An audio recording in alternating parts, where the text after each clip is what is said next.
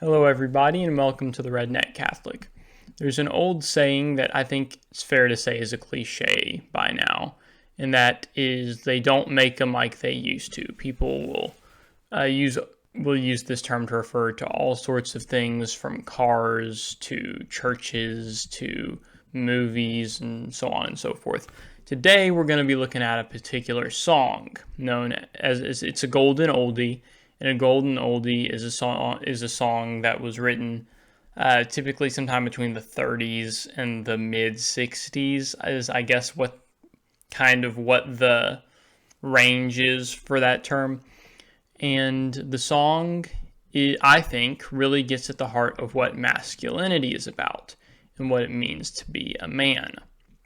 Now, you might not have heard this song before, but your grandparents almost certainly probably have, as it was a number one hit not only on the U.S. country charts, but also on the U.S. pop charts and easy listening charts, as well as the Billboard Hot 100.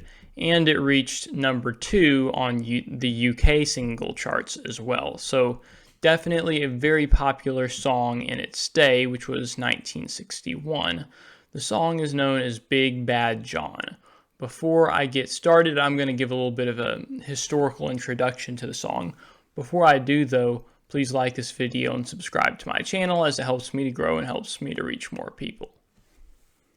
Now, this is a country song written and released by Jimmy Dean of Sausage Company fame in 1961. It is a country song, but you'll notice that it's not about cowboys, it's about miners. And as a little historical note, country music originally came from the Appalachian Mountains, not the Old West. So it did start out much more of a mining-focused genre of music than a lot of people really understand. It didn't become associated with cowboys so much until later with artists like Marty Robbins. And that's all fine and good as far as I'm concerned, because I am more of a cowboy than a coal miner. But just to give a good little bit of historical background about where this song is coming from. So from the first verse, we can already see that they're setting him up as someone. This is not a story about someone who starts out poorly respected, right, and becomes that well-respected masculine figure. There are a lot of stories about that. Typically, they'll involve a guy who's not 6'6", but something more like 5'6", who everybody looks down on and makes fun of. And then he, through overcoming some challenge, is able to prove that he's as much of or more of a man than everyone else. It's not what this song's about, and you can tell because straight from the beginning, we see that this guy's 6'6" and 245. So he's already established as kind of a badass male character. And they say everyone knew you don't give no lip to him. That means you don't talk back. You don't give him trouble. And so, yeah, already established that this character is supposed to be really masculine, tough guy. In modern, manospheres and stuff today, a lot of people are super loud and annoying about their manliness. They are, or at least what they perceive as their own manliness. They talk all about, and this is just the broader culture of manhood today. And part of the reason behind this may be that today there's such an attack on masculinity and such an attack on manhood that a lot of men feel the need to like shout their masculinity to the world and be like, look at me, I'm such a man, I'm so tough. And they'll, there's all kinds of ways we could go into ways that men do this, from spending a lot of money on big fancy vehicles to, going around like this because they work out and they're just trying to show off how strong or how muscular they are or whatever, getting into fights with each other about who's more of a man. And I say fights, they don't get into actual fights so much today, but they'll get into shouting matches on the internet over it. And so everyone's kind of got a chip on his shoulder and has to justify his manhood, right? Or they feel like they have to do this. And that's the manosphere or anywhere else today. But we see here that Big John isn't like that at all. He's quiet and shy. So he doesn't say much. He's not a big, loud, annoying guy. He's not just shouting himself to the world, look at me, I'm so awesome, bragging on himself all the time. No, he's a quiet guy who actually avoids other people. And that shows that he does have some vulnerability, right? Like he maybe has some confidence issues. I don't know. That's its own question. But the point of this is that he's not just some, arrogant young buck just trying to buck down everybody else, and kind of just walk, going around with a chip on his shoulder, kind of just trying to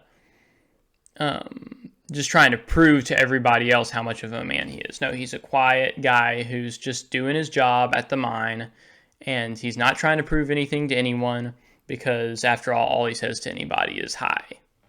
So here we have a rumor, and we don't know that this is accurate in the song. This isn't confirmed by the song, but he doesn't talk much about his past, but someone else does. And he's claiming that he came from New Orleans, where he killed somebody in a fight over a Cajun queen. And I'm going to assume that that's referring to like a New Orleans prostitute. Obviously, we don't know that for sure, but that's what Cajun queen sounds like to me. Now, there are two ways you can interpret that, and the first is the more shallow interpretation that he just got in a fight with somebody, like they're each like, she's my girl, oh no, she's my girl, and the prostitute herself is probably egging it on, right? And they're just gonna fight over who she is, right? And the one who wins gets to keep her. But that's, I would say, as you hear the rest of the song and a lot more of what the song's about, I think that's fairly unlikely. What's going to be more consistent with Big John's character is that he was probably, I would say in this instance, standing up to protect some woman, probably a prostitute, but protecting a prostitute or some woman from being abused by this guy, right? This guy that he wound up killing. Now, why is that significant? Why is that significant that he got in a fight to protect a prostitute? Well, it is significant because today we live in a culture that says you don't help out your enemies, you don't help out bad people or what's perceived as bad people. You only help out your friends, pretty much. And you can see that, and that's not just our modern like liberal culture. That's actually part of the reactionary red pill type stuff too. You see, like, young guys would say, like, why would I fight to protect a woman? After all, she's not gonna do anything good for me. She's just gonna keep on being a skank or whatever. And maybe that's accurate. Maybe most modern women, are just, I don't like, in my area, that's definitely not the case. But I don't know, women across the country, so I can't speak for that. But I can say, even if they're bad women, right? Even if they're not going to do anything good for you because of what you did for them, you still do that because that's the calling of Christianity. That's what Christian masculinity is, right? Christian masculinity is always doing what's right and protecting those who may not be able to protect themselves, even if they don't deserve it. And a prostitute would be an example of someone who probably doesn't deserve to be protected, but you protect them anyway. A similar concept with guys saying, like, why would I fight for my country when no one in my country cares about me? And they'll use that to say, like, if the U.S. has a serious engagement that it needs to call up young men for, they'll say, well, I wouldn't go because my country doesn't care about me. No, Christian masculinity is, you suck it up and you go and you defend your country, or you defend this woman, or you defend whoever it is, even if they're not someone who necessarily deserve it. So this is the crisis situation. This is the main plot of the song. The point here is that a timber is cracked. So in a mine, the timbers are big pieces of wood that hold the shaft up. Like they'll be holding the rock up, supporting it so that it doesn't just collapse in on itself. And so what's happened here is you have a timber that's cracked, which means it's bearing too much weight. And as time goes on, what's most likely to happen if it's already cracking is that eventually it's going to break, and so the mine roof is going to come down at that point. And so there's two things that could happen. The first is that if you're directly under it, you're going to be crushed, and the second bad thing that could happen is if you're further down in the mine and it collapses there, well, then you'll be stuck in the earth. You'll be stuck down in the mine, and until you die from loss of air, loss of water, or if you make it that far, starvation, although you probably won't make it that long. And so, yeah, this is a very potentially like death situation. And we know from any study of masculinity or history shows that the crisis situation is where you separate the boys from the men. This is where you say, like, are you a man? The answer to that question lies in, obviously, I believe they have to be biological male to be a man. So, like, you could be a woman and could be capable of doing this, but you're still not a man. But the point is, as a guy, right, as a male, when you wonder, am I a man yet? Well, I think the question is, can you be in the crisis situation and answer the call, right? When there's a crisis, can you keep your head cool and deal with the problem? Because as we see in the situation, everybody's freaking out. And that doesn't necessarily mean they're not men. It means that they're not everything a man should be, right? They're not great men. They're just men. And so Big John, it seems like, is actually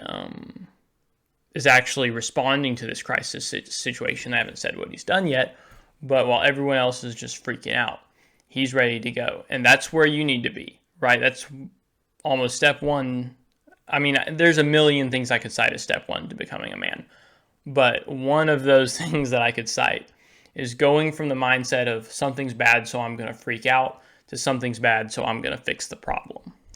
So we see what his solution to the problem is he, and this is where him being 6'6" and 245 obviously helps the plot a bit, but he's grabbing up the timber and he's trying to hold it up and keep the mine up. Now this falls under the genre of tall tales. Okay, this is not physically possible. He's holding up thousands of pounds of rock here, but he's supporting the timber. He's trying to keep the roof from collapsing with his strength. And so that's his solution to this problem. And obviously that's going to take an immense amount of strength to do. So he was able to do it because this is a tall tale. So he was able to push the cave roof up and enough so that there was an opening, right? And the men were able to scramble out of there. And so he saved them all. And he's still stuck down there, though. So this comes into giving your strength for others. Now, as a guy, you might be watching this and you might be thinking, man, I'm not that strong. I'm not very strong at all. I would say there are two answers to this. First is that you are still just by being a young man, you are already much stronger than the average person. You might not be much stronger than the average man, but you're much stronger than the average person, okay? So all young men have more strength than the average person. Because you think about all the women out there, you're much stronger than the average young woman, even if you don't really work out at all. You're still much stronger than the average young woman. You might not be as strong as like the average D1 female athlete or something, I don't know, but you're still much stronger than the average woman. And even if you don't work out at all and you're a relatively weak guy. So if you're stronger than the average woman, you're also much stronger than, of course, the average kid, the average old lady, the average old man. These are all people who might need your strength at some time, and you need to devote your strength to helping them. Otherwise, you're serving yourself primarily first. Now, a lot of people will say that, the old cliche of helping an old lady out, when they don't really want your help or whatever. That's not true, okay? First-hand experience, because I have been the young man in that cliche, and I have known several old women who were the old lady in that cliche. Well, I'm going to put cliche in quotation marks because it's not a cliche, it's true. The old lady does appreciate the young man who helps her out. Maybe not the crazy feminist blue-haired old lady. Like, I can't speak for the second wave feminists. I've never met a second wave feminist in my entire life. At least not in person. I mean, they're on the internet, but no one cares what the internet thinks. So, trust me, like if you go to your grocery store and you've got an old lady trying to put 40-pound bags of mulch in her car, yes, she will appreciate it if you help her out, right? This idea that that's outdated and that young men aren't needed for that or appreciated by anyone for that anymore. It's just not true. And again, maybe the people on Twitter or TikTok don't think so, but no one, like, I don't know if you go out there in the real world much, but you should as a guy. No one I've ever come across has ever been like, oh my gosh, why are you helping me? Right? I have had people when I open the door for them, they'd be like, I've got it, but they wouldn't even be rude about it. We might disagree about, opening doors. I'm for men opening doors. I might disagree with that lady about that, but she wasn't being rude about it. And then on top of that, I've never had an old lady doing something physically difficult who I helped and she did not appreciate it. Always they appreciate it, whether that's old ladies, old men, young ladies, and then even young men, because sometimes you just need a second hand to do something. So strength is very important, and it's a quality that most men possess compared to the average population, and it's a great thing to use that to help others. That's exactly what Big John was doing. You might not have strength that is significant to 20 minors, but you will have strength that's significant to a 60-year-old, 70-year-old, 80-year-old lady, or really any woman probably, or any man above 60 or whatever. You will have strength that is significant and helpful to them. And the second thing I was going to say is, just because you're not strong right now doesn't mean you can't be. You should work out. You should try to gain some muscle, at least or even if you're not really gaining muscle, at least make your muscles stronger so that you can deal with more strength-related tasks than you otherwise would. The cave came down on top of him, it crushed him, and he died. So, what does that mean? Well, what's the significance of that? He gave all his strength for the miners, right? He held up that until he couldn't anymore, and he gave all his strength, right? What happens when you lose all your strength? You die, right? So he kept applying his strength to that log, holding up that cave until he died, right? He couldn't support it anymore, or he collapsed. At the very least, he did it until he collapsed, and then it came down on top of him and crushed him. And so there have been some sequels written to the songs by other people where he survives, and there's a whole story about what he does afterward, but I don't think any of them are as powerful as just the song itself, because in the song itself he dies holding up that rock so that the men can escape. And again, this comes into this kind of goes back to when I was talking earlier about people who say that you shouldn't sacrifice yourself for those who can't do anything for you or won't do anything for you because they're bad people or whatever. Note this. If you're giving your life for someone, what impact does it have on you, whether they deserve it or not? If you give your life for someone who really cares about you, they're not going to love you back in any significant... I mean, they might emotionally love you back, but they're not going to pay you back in some way, right? Because you'll be dead. They might give you a burial or something, but it's not like you're going to care, right? Even under a Christian view like mine, you're going to be in heaven and your soul has, way bigger priorities than where your body is on earth. And so it doesn't really, if you really think about it, it doesn't make that much of a difference, right, for you, whether you risk your life and die for someone who deserves it or someone who doesn't deserve it. Now, risking your life for someone who does deserve it might make you happier about it. But in the grand scheme of things, it doesn't make that much of a difference. Because again, no impact on you, right? There's no difference on you whether you're dying for someone who deserves it or dying for someone who doesn't. And so out of those 20 miners, do you think they were all good people? Maybe. Some were probably hardworking men, or they were all hardworking men. They may not have all been good men, but they were all hardworking men because they were miners. But a lot of them, maybe more than half, were family men who, lived life according to good principles. But some probably weren't. Some were probably the guy that he killed, a bit more like the guy that he killed in the New Orleans bar. But he gave his life for them. He gave all his strength for them. And also, we know that none of them were at least as manly as him, because they were all freaking out when he was the only guy who actually had the umph to, get up there and get the job done. And so the two ideas behind the song, I would say, are first, just having your head in the game enough, having the basic manly mindset of, oh crap, something's going wrong. Okay, well, I'm not freaking out. I'm going to fix the problem. Right? That mindset of going from, oh no, something bad is happening, to, okay, I'm going to deal with the problem. That's what separates, sorry, hit my mic. That's what separates the boys from the men, right? Is that the men are going to look at the problem and be like, okay, we need to deal with this, instead of just being like, ah.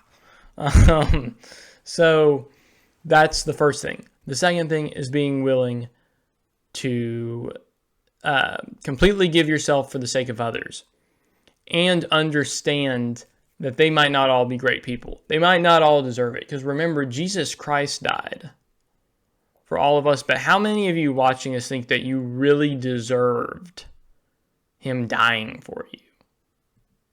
The church teaches that you didn't. The Bible teaches that you didn't either. Ephesians chapter 2, verses 8 and 9 say that salvation is from Christ, right? It's from God. It's not from man, that no man should boast. And so salvation comes from God, and we didn't earn it. We didn't earn Christ's sacrifice. Now, I don't believe in sola fide. That's a whole separate deal, right? But this idea that you can, this idea that someone has to earn your sacrifice, right? Or that you shouldn't sacrifice yourself for someone who that doesn't deserve it, that's just incorrect, because you didn't deserve Christ's sacrifice. And that's a challenge for you. That's a challenge for me. That's a challenge for everyone around us. But we really, that is something that we have to accept, right? Something that we have to carry forward, is that we got to be willing to sacrifice ourselves for everyone. So that's the song. I hope you appreciated it. I hope it's something that helps you as an inspiration. I don't know how many guys on the internet listen to oldies like this. I love them. I'm a big fan of that kind of music. But even if you're not, I would still encourage you to, listen to this song from time to time and reflect on how you measure up to Big John. Maybe not, obviously he's a fictional character, right? He was made up by Jimmy Dean, who is not, Jimmy Dean wasn't a great guy himself. He had his own personal problems, right? But what the song is getting at is fairly simple. And I think that it is something that we as men should measure ourselves by and understand, because ultimately that's what Christ did. Christ was the ultimate giving his strength for others, right? Christ took a brutal beating that would have probably killed a weak individual. And then he carried his cross, until he couldn't carry it anymore. So they had to have someone else carry it the rest of the way, right?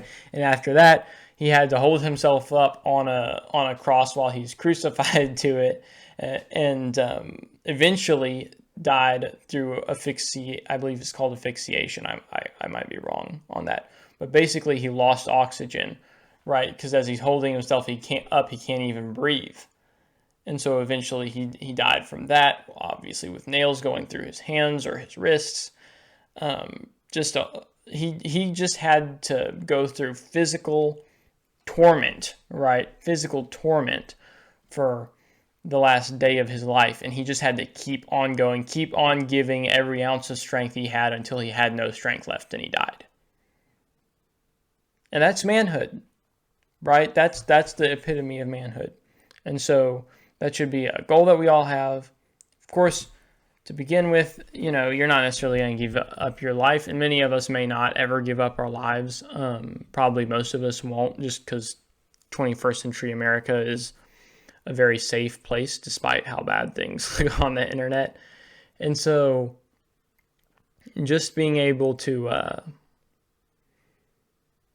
do that, just starting with just giving yourself on a smaller level, right? like I said, help the old lady with a 40-pound mulch bag. Again, if you watch, if you spend most of your time on Twitter or even many corners of like YouTube, you get the impression that women don't care, or anyone other than young men don't care about that help and don't want it. But that's not true. And I can tell you that the reason I can tell you this is because I spend most of my time offline in the real world, and that everyone has appreciated all the help I've given. Like I said, only exception I can think of is a woman who didn't want me to open the door for her. But even then, no harm done, right? She wasn't rude about it. I mean, she just went herself.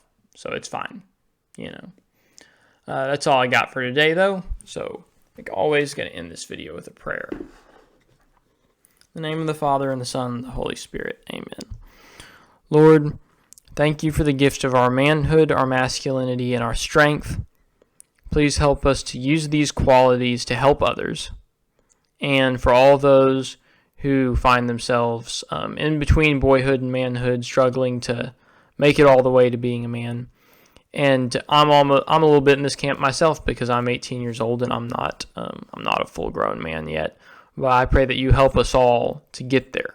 Help us to gain the virtues necessary to be who you called us to be. Help us to help others before ourselves. Help us to love you first and then our neighbors and ourselves last. Help us to always put ourselves last. And we ask this in the name of the Father, and the Son, and the Holy Spirit. Amen.